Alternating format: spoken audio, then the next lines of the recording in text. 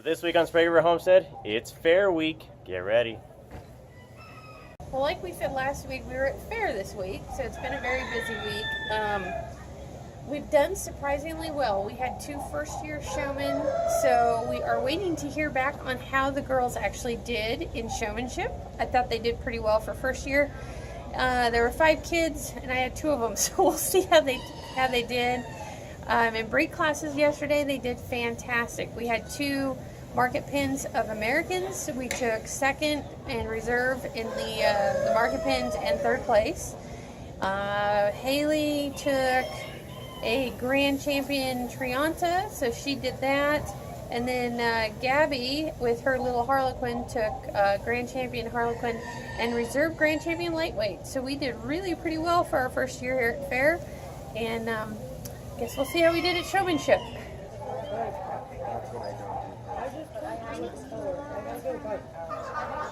All right, so when all was said and done at fair, we actually ended up with 4th place for Haley for showmanship. There were actually 6 kids. I thought there were only 5, but there were 6. So she took 4th out of 6. Gabby surprised all of us with a 2nd place and a reserve in junior showmanship. So good job to my girls this year. They went through the parade yesterday right before the market auction. And lo and behold, we actually won the herdsmanship award too, which was kind of a surprise with only having 2 kids. But they did a fantastic job. I'm so proud of both of the girls, Gabby and Haley. And they did have a little help out of their little brother and sister, Daniel and Miranda. So hoping for a good showing next year. Obviously, for our first year 4-H club, we're pretty proud of how we've done. So this is how our garden is coming along. You can see our pepper plants are loaded. This banana pepper is so full I can't even keep it upright. This is probably turning into my best pepper yield ever. I have peppers on everything. I actually harvested some jalapenos yesterday to work in that plum sauce, and actually got these are little salad peppers. I actually got a couple of those off, or one off this morning, and got a couple of them turning color. So we are having a great year for peppers, which hopefully the frost will stay off long enough that we'll actually get some this year. One thing we were able to do this week, if you can kind of see, the bags are kind of steamy because I just finished. My mom and dad grew a ton of broccoli this year. Sadly, my plants all got eaten by bunnies and chipmunks and squirrels, but they had a bounty of broccoli over there. We've actually eaten a whole bunch of it. But there are 5 bags of processed broccoli ready for the freezer, so they are getting ready to go in. And I am also working on some plum sauce that hopefully will be done tomorrow that we can sneak into this video. Well, I'm not going to get a chance to get this stuff canned before Ken gets us edited into our weekly update video. But this is the plum sauce I was talking about in the broccoli.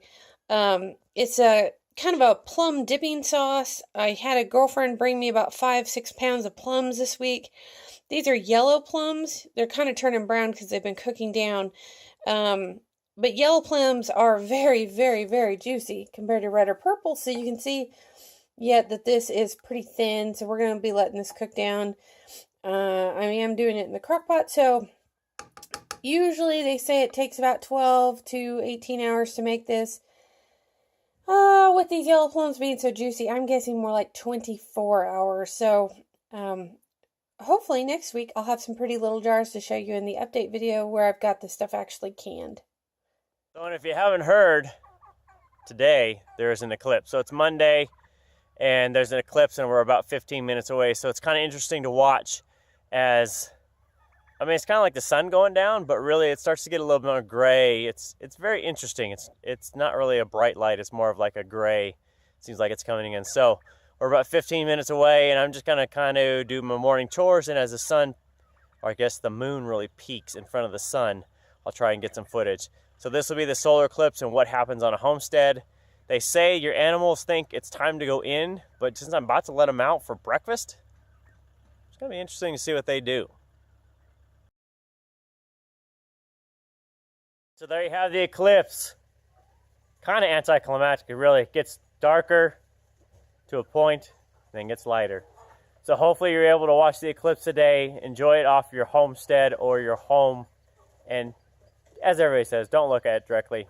Use your camera lens or a homemade device, properly homemade device. That's it for this week. We will see you next week, as next week is pretty big for us. Wait till you see what happens this week. See you next time.